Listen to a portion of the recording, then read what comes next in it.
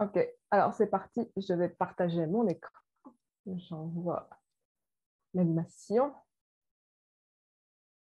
Hop. Alors, donc je me présente, je m'appelle Chloé Bellec et je suis enseignante à l'Université du Toroku. J'enseigne surtout à des classes de première année et des cours de conversation et donc j'utilise la méthode immédiate et le manuel Moi-Je. Et donc, je vais vous présenter aujourd'hui, comme Bruno l'a si gentiment expliqué tout à l'heure, une autre manière de réaliser les tests de vocabulaire de la méthode immédiate avec une dictée et une correction entre les étudiants. Alors, tout à l'heure, Bruno a expliqué, donc j'en profite pour montrer les fiches dont il parlait. Ce sont les fiches qu'on utilise pour les tests classiques de la méthode immédiate, qui sont vraiment très pratiques. Ils sont situés à la fin du petit livret bleu. Donc, c'est vraiment très pratique pour les étudiants.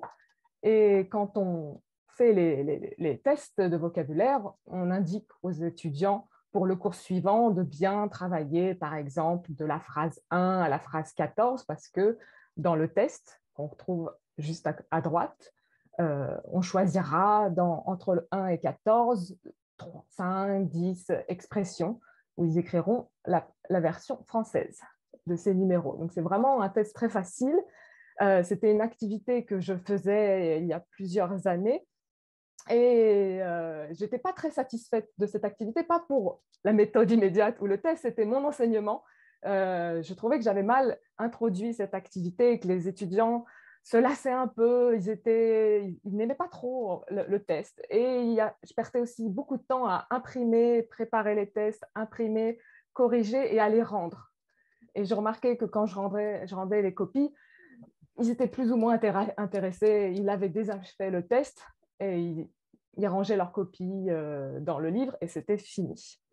Mhm. Et avec les cours en ligne, j'ai complètement arrêté cette activité parce que ça prenait aussi beaucoup de temps à faire les fichiers, les Google Forms. Et je remarquais que beaucoup d'étudiants utilisaient simplement un site de traduction automatique, donc plus aucune efficacité pour eux comme pour moi. Donc j'avais vraiment arrêté les cours en ligne, enfin cette activité des tests de vocabulaire. Mais grâce l'année dernière à la formation de la méthode immédiate, j'ai un peu réappris comment fonctionnait la méthode immédiate et j'ai surtout entendu beaucoup de professeurs qui continuaient à faire ces tests. Et j'ai vraiment aimé leur expérience et j'ai remarqué que beaucoup d'entre eux la faisaient avec des Google Forms et ça m'a vraiment donné envie de retenter l'expérience et de réessayer d'une autre manière, de refaire ces tests et d'essayer de les rendre un peu plus efficaces et pratiques. Et mon plus gros souci, c'était vraiment le fait que les étudiants puissent tricher dans les cours en ligne. Et face à ce problème, vraiment, pour moi, je me suis dit la dictée. J'avais remarqué que beaucoup d'enseignants, pour les tests, pour leur évaluation, utilisaient la dictée pour éviter que les étudiants trichent. Et je me suis dit, tiens, ce test de vocabulaire, il peut très bien être fait en dictée et c'est même très, très pratique parce que, bon, impossible d'utiliser un site de traduction, mais quand c'est une dictée, on n'a plus besoin de préparer les fiches. On a juste besoin, par exemple, pour les cours en présentiel, j'utilise le livret. Je leur demande simplement d'ouvrir le livret à une page de formule de dialogue vierge et tout simplement, ils peuvent écrire leur dictée là-dessus. Pour le Google Form aussi, je peux utiliser un Google Form et réutiliser le même sans avoir à réécrire les expressions en japonais. Donc, il y avait vraiment un gain de temps. Et bonus, ça devient aussi un petit exercice de compréhension orale. Donc, c'était vraiment ça m'a vraiment motivé à essayer cette activité et de la transformer en dictée. Donc, hop. Pour préparer cette activité, je vais vous la présenter en étapes très simplement. J'utilise toujours les fiches dans le livret pour indiquer le champ de la dictée, c'est-à-dire réviser bien, par exemple, l'expression 1 à 14, puisque dans la dictée, 5, 10 expressions sortiront. Et pour qu'ils puissent aussi travailler la compréhension, j'encourage aussi l'utilisation du site Internet pour qu'ils puissent écouter les pistes audio. Et par rapport à mes premières années d'expérience où j'étais un peu insatisfaite de mon enseignement, cette fois-ci, j'ai essayé surtout d'introduire cette activité de manière vraiment plus positive, plus motivante pour les étudiants, de rendre le test fun, dans d'autres mots. C'est pour qu'ils sortent du test et qu'ils aient un bon sentiment, que ce soit plus un jeu, qu'ils cherchent à atteindre le 10 sur 10 et qu'ils soient contents que le test arrive. Donc, pour cela, j'ai expliqué le but pédagogique de ces tests, que ce n'était pas pour mon plaisir personnel de les torturer, mais que ça les encourageait à travailler régulièrement et en acquérissant le vocabulaire et la prononciation, ils arriveraient aussi à parler mieux français. Et c'était dans un sens leur but quand ils ont choisi le français, c'était pour pouvoir parler français. J'utilise plutôt le mot challenge plutôt que test. J'essaye surtout aussi de dédramatiser les erreurs. C'est-à-dire que je remarque que le test introduit un peu brutalement, c'est pénible pour eux parce qu'ils vont être, surtout pour ceux qui n'aiment pas trop travailler, ils ne vont pas aimer avoir, surtout pour les premiers tests, ils ne vont pas aimer avoir une mauvaise note. Mais quand on dit, bon, les mauvaises notes, les erreurs, ce n'est pas grave, tout le monde fait des erreurs.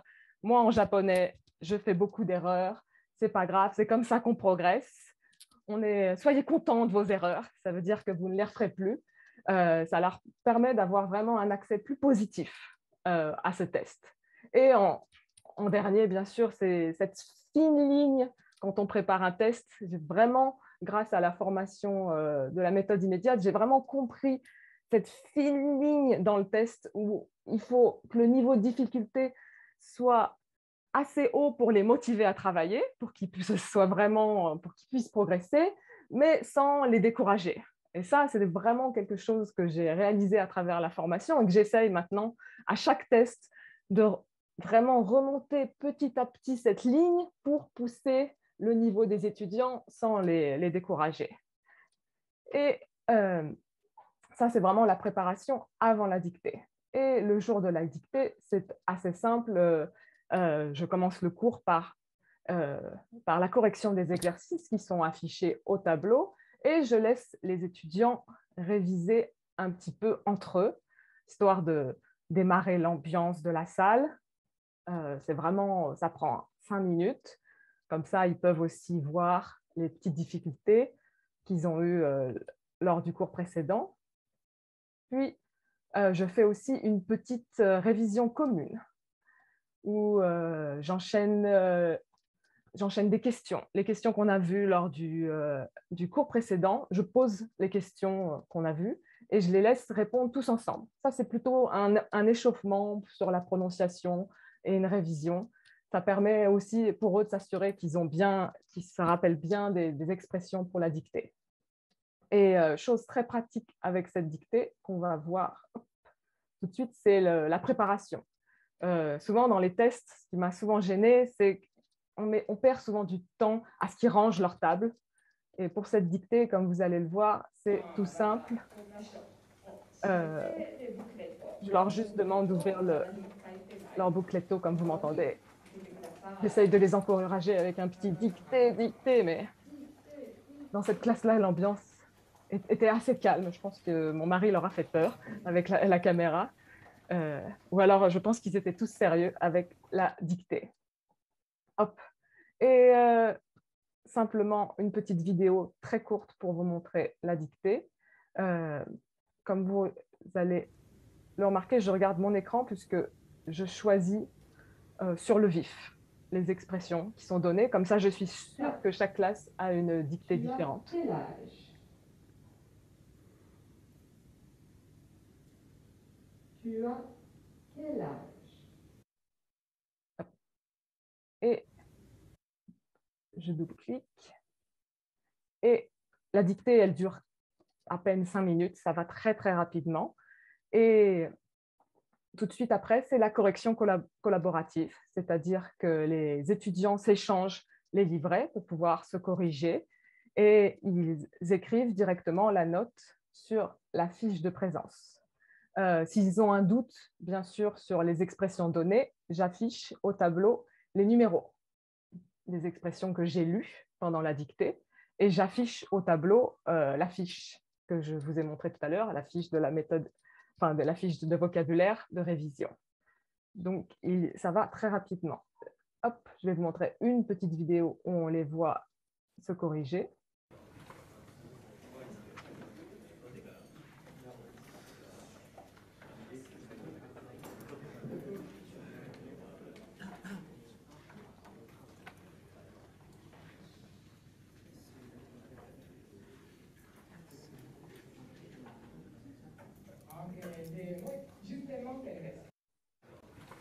Donc, ça va très, très, très rapidement.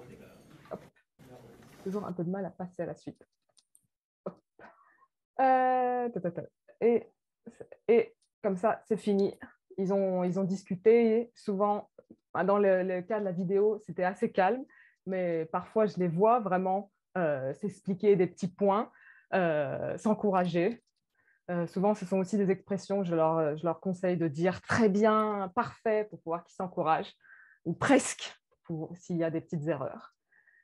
Pour les cours en ligne, c'est tout à fait le même processus au début pour la préparation. Pour mes cours en ligne, moi, je les fais sur Zoom. Et donc, au début de cours, comme pour les cours en présentiel, je les laisse réviser 5 minutes dans les break rooms, qu'ils puissent un peu réviser la leçon précédente. Et on fait aussi, une fois les 5 minutes passées, on fait un petit retour ensemble, une petite révision rapide où je les laisse tous répondre en même temps à mes questions pour qu'ils puissent un peu s'échauffer, pour que tout le monde en fait, puisse participer. Et tout de suite après, c'est la dictée. Donc, je pense que vous êtes habitués à ce format. J'envoie un lien Google Form sur le chat de Zoom. Vous avez un exemple de ce Google Form qui est très simple, donc très facilement copiable, avec juste 1, 2, 3, 4, 5. Et je lis 3, 5. Je pense que la prochaine fois, je passerai à 7, puis 10 expressions pour la dictée. J'ai commencé à 3 au début pour ne pas trop les déstabiliser.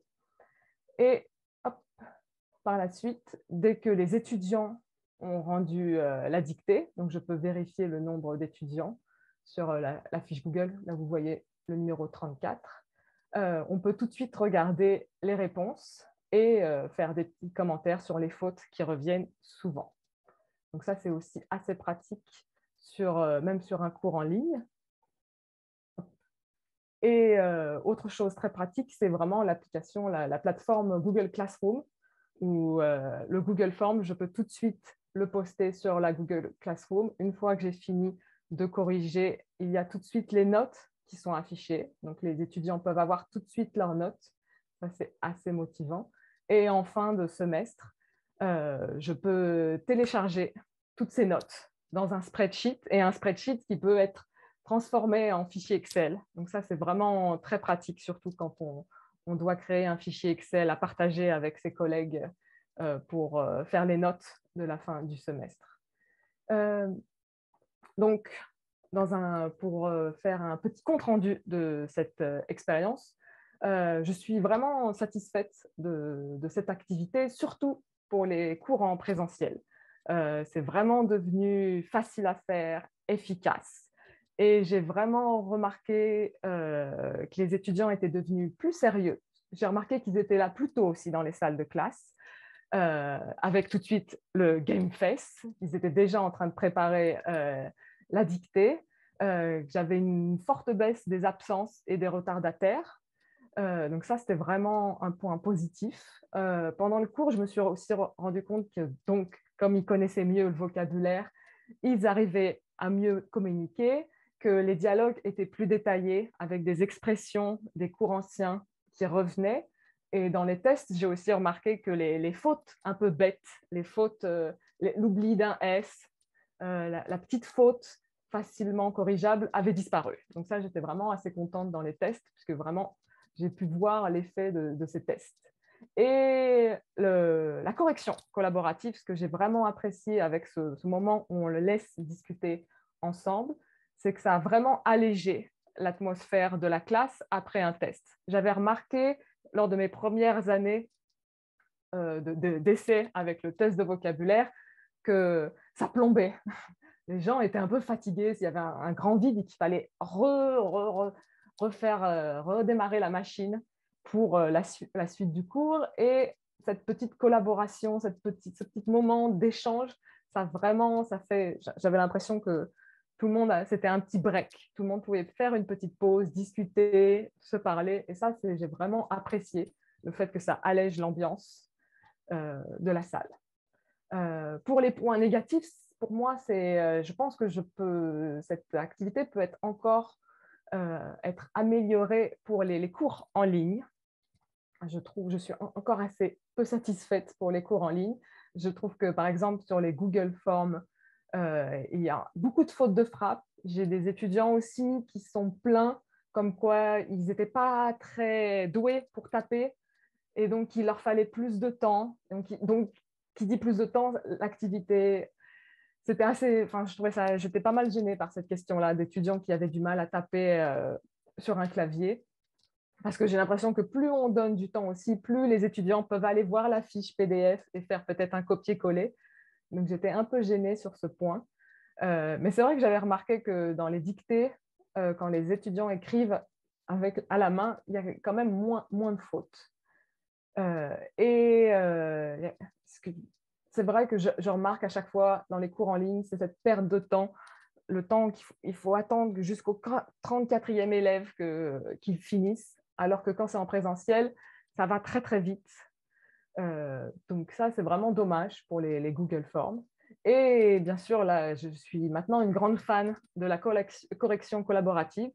Et j'aimerais pouvoir, je ne vois pas encore comment la faire, mais j'aimerais pouvoir faire une correction peut-être en break room sur Zoom pour ces dictées en ligne, mais je ne vois pas du tout comment le faire. Donc, si vous avez des idées. Et maintenant, j'ai fini assez tôt, mais ça laissera donc le temps dans les break rooms de pouvoir discuter sur plusieurs points. J'ai posé plusieurs questions pour les break rooms.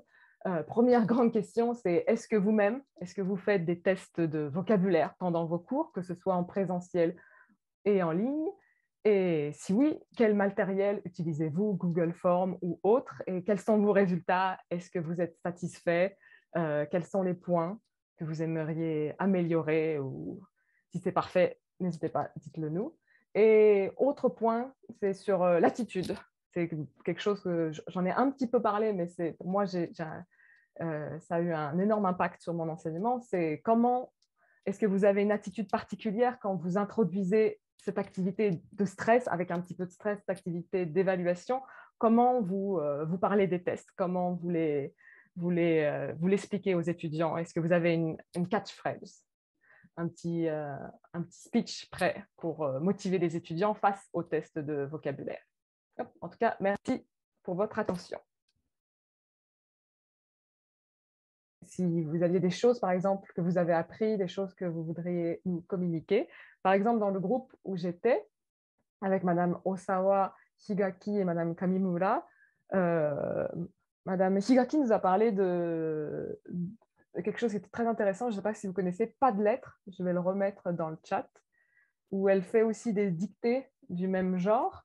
Et chaque étudiant, via un QR code, rentre dans cette application et tous les étudiants, en même temps, vont faire la dictée. Donc, tous les étudiants peuvent voir les réponses de tout le monde. Je ne connaissais pas du tout cette application, donc je trouvais ça vraiment très, très intéressant. Et si vous avez, par exemple, des commentaires, vous avez aussi d'autres manières de faire les tests de vocabulaire, allez-y, n'hésitez pas à prendre la parole. Un des échanges qui était très intéressant, c'était les différences entre l'université et les écoles de langue. Je pense que sur le fait que, que dans les universités, il y a plus besoin de tenir les étudiants par des notes et des examens, que c'est moins nécessaire dans les écoles de langue. Du coup, dans les personnes qui avaient plus d'expérience avec les écoles de langue, comme Véronique, en fait, les dictées étaient plus réservées à des niveaux plus élevés dans un exercice de progression et pas dans un exercice de vérification du niveau, en fait. Et une des questions qui avait été abordée, et peut-être que du coup Chloé peut répondre, c'est sur la notation. Comment tu fais pour noter en collaboratif? Qu'est-ce que tu crées un barème? Est-ce qu'une faute dans la phrase et elle comptait 0? Comment tu te… Voilà. Avant de répondre sur la notation, juste, moi j'ai eu des échos de certaines personnes qui utilisent la méthode immédiate dans des écoles de langue et qui m'ont dit que de manière surprenante, les tests étaient bien accueillis par les étudiants en fait, parce que les gens aiment bien être évalués, les gens aiment bien être poussés un petit peu, et même s'ils payent et même s'ils prennent sur leur temps libre à eux, un petit rappel comme ça, un petit stimuli, ben, ça les aide aussi.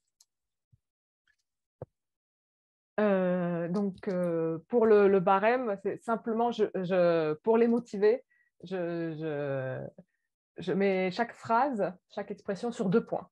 Donc, s'il y a une toute petite faute, ils ont tout de même un point. Mais s'il y a 2 fautes, ben, c'est tant pis. Mais il y a quand même la possibilité de se tromper une fois. Et les étudiants, quand ça se passe en classe, ils se notent mutuellement, c'est ça?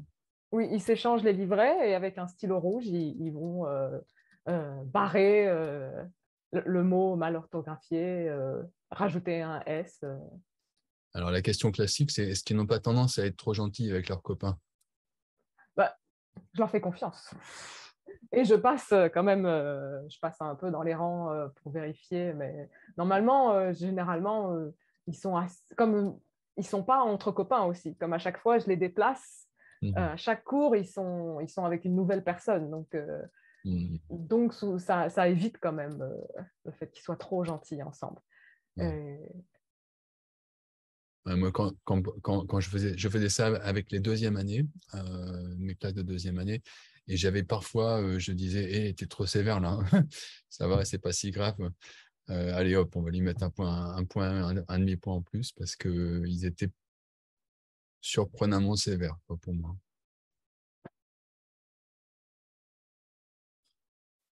Comment tu récupères les notes, Chloé, à partir de leur livret? Alors, ils écrivent la note en fait sur la fiche de présence, parce que j'ai aussi une fiche qui est distribuée au début du semestre où je vais tamponner à chaque cours s'ils sont présents ou en retard. Et donc, ils indiquent directement sur cette fiche la note pour chaque cours. Et donc, à la fin du semestre, j'ai toutes les fiches de tous les étudiants et donc je peux rentrer toutes les notes. D'accord.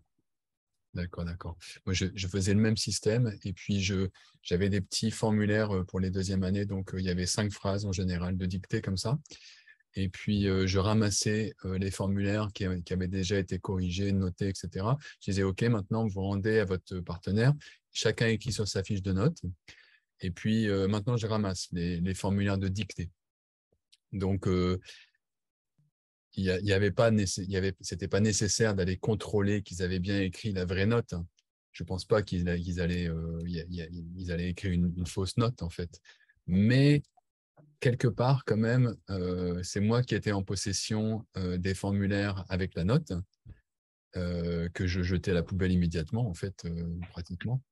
Mais je pense que psychologiquement, pour les étudiants, ça voulait dire, c'est quand même pas, on est quand même encadré, quoi, disons.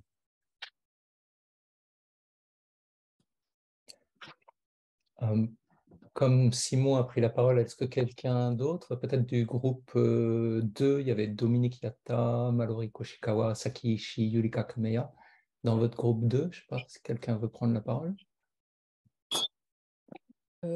On a parlé de beaucoup de choses et j'ai posé la question de comment est-ce que vous parlez des tests aux étudiants. Alors évidemment, le mot qui revenait, c'était bon, il faut dédramatiser, il faut que ça rende les choses doivent être plus légères, il ne faut pas brandir son bâton de gendarme en disant c'est le test, vous allez être noté. Et comme truc qui est sorti, c'est qu'il y a beaucoup, on utilise souvent effectivement, comme disait Chloé, le mot de challenge aux étudiants, ce qui parle mieux que de dire test. Et aussi, Dominique disait qu'elle utilisait beaucoup le mot mini. Donc, mini-test, mini-test, pour que les étudiants ne soient pas sous pression quand ils font ces dictées ou ces tests. Donc, c'est le mini-test. Enfin, donc, leur dire que c'est l'accumulation de ces mini-tests et de ces petits challenges qui sera prise en compte à la fin du semestre. Voilà. Si j'ai peut-être oublié d'autres choses, je ne sais pas, Ishii-san, Ishii-sensei, je ne sais Oui. pas. Ben, aussi, on avait parlé que la dictée en ligne, c'était un peu trop difficile hein, pour corriger et tout. Et on préfère toujours de le faire en présentiel. Et, parce que ce que Camilla Sensei a dit, c'était impressionnant aussi, parce qu'elle a dit que elle demande toujours aux élèves de copier les phrases de dictée 2 fois, c'est ça, au moins 2 fois. Et parce que on apprend avec le corps. C'est pas notre cerveau qui qu'apprend le français, mais c'est toujours avec la main et avec les yeux. Donc, peut-être la dictée, il faut faire plutôt en présentiel. Voilà, c'est ce qu'on avait dit. C'est vraiment très intéressant le fait d'apprendre avec le corps, parce que je remarque aussi avec les étudiants, moi je fais bien plus de fautes en tapant sur un clavier. J'oublie aussi comment beaucoup de mots s'écrivent avec le clavier, alors qu'un stylo à la main, ça sort tout seul. Donc c'est vraiment, je trouve ça vraiment une très très bonne idée de demander aux étudiants d'écrire 2 fois. En plus, ça prend aucune perte de temps. Pendant qu'on répète la phrase, ils peuvent juste l'écrire 2 fois. Je trouve ça vraiment une excellente idée. Et ça aussi, ça allège aussi les étudiants à se dire, bon, ça s'apprend petit à petit, c'est normal de faire des erreurs. Chloé, juste une idée qui me traverse l'esprit comme ça. J'ai jamais essayé, mais on pourrait aussi demander aux étudiants de faire la dictée sur un papier quand on est en ligne. Hein. Ils écrivent et puis ils prennent une photo et ils l'envoient. Donc, avec un temps donc limité. Hein. Je pense que ça pourrait marcher, comme ils sont très doués avec leur smartphone. Si on fait la première fois, on fait qu'une petite phrase, on fait un mini test. C'est une petite phrase seulement. Et puis, ils prennent la photo et ils l'envoient tous, alors soit sur Padlet, par exemple, soit sur un Google Drive. Et puis, ça permet de voir un petit peu ce qu'ils ont fait. Je ne sais pas, c'est une idée qui me passe par la tête. Je n'ai jamais fait, hein, mais... Ce serait pas mal, je pense que tu as raison. La correction pourrait être à ce moment-là faite, pourrait peut-être être faite avec un partage d'écran en break room, et donc en collaboration, ce serait peut-être possible aussi, ouais. À développer. Voilà, à explorer. Il ne reste pas beaucoup de temps, mais peut-être on peut avoir quelqu'un... oui, Julien? Pour dédramatiser, je leur dis que je ne prends en compte que les meilleurs tests. Donc, ils ont le droit de parfois ne pas réussir ou même d'être, s'ils sont malades ou absents. Sur les 8 tests, par exemple, je n'en compte que 4. Les 4 meilleurs. Donc, ça les met en confiance. Et je leur fais le calcul en disant que les mini-tests comptent seulement pour 15% de la note finale. Donc, il ne faut pas dramatiser. D'accord. C'est gentil, ça. 4 sur 8. Ouais, 4 sur 8. Moi, j'en mettrais 6 sur 8. Parce que sinon, on peut se sentir pas trop Genki aujourd'hui. Et puis... Mais c'est une bonne stratégie, effectivement. C'est vrai qu'on n'est pas toujours à 100% et la vie pas toujours facile. Donc, C'est vraiment très intéressant. Je pense que je vais essayer de tester une version. Est-ce qu'on peut avoir quelqu'un du dernier groupe? Il y avait Claire Renouille, Louis Lafleur, Alexandre Mangin et désolé, il y avait encore quelqu'un d'autre que je n'arrive pas à retrouver. Vous étiez dans la breakout room 4. Ah oui, Marcella Morganti. Ouais. Est-ce que quelqu'un veut prendre la parole? Il reste quelques minutes. Je crois que Marcella Morganti, vous faites des dictées, hein, vous dites. Vous avez dit. Oui, bonjour. Et moi-même, oui, j'en fais. J'utilise un autre manuel, Interaction, qui a déjà des activités des dictées insérées. Mais en fait, j'ai fait bien sûr des autres dictées par rapport au niveau des étudiants. Et en fait, ce que je fais, j'aime aussi beaucoup la correction collaborative je les fais travailler un groupe de 3 parce que, enfin, mon problème, je trouve que parfois c'est difficile de choisir les bonnes couples, c'est-à-dire que parfois il y en a 2 qui sont un petit peu faibles. Enfin, il faut vraiment gérer donc je crois le choix des couples, et je trouve que un groupe de 3 c'est peut-être parfois mieux équilibré. Et après une première correction, toujours sans montrer les textes, j'envoie des étudiants de chaque groupe au tableau, et tout le monde corrige en fait, toute la classe corrige. Donc, ça permet aussi de travailler sur, justement, sur les petites fautes et aussi sur la compréhension, parce que la personne qui va corriger, qui parle de la salle, va aussi expliquer pourquoi certaines fautes sont faites.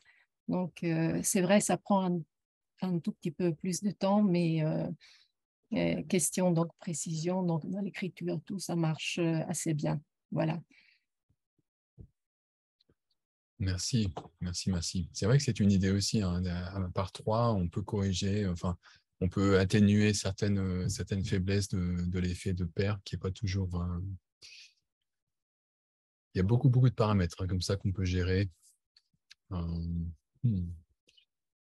Très intéressant. Ben, on a dit qu'on allait être ponctuel aujourd'hui, donc on va s'arrêter là pour l'atelier de Chloé.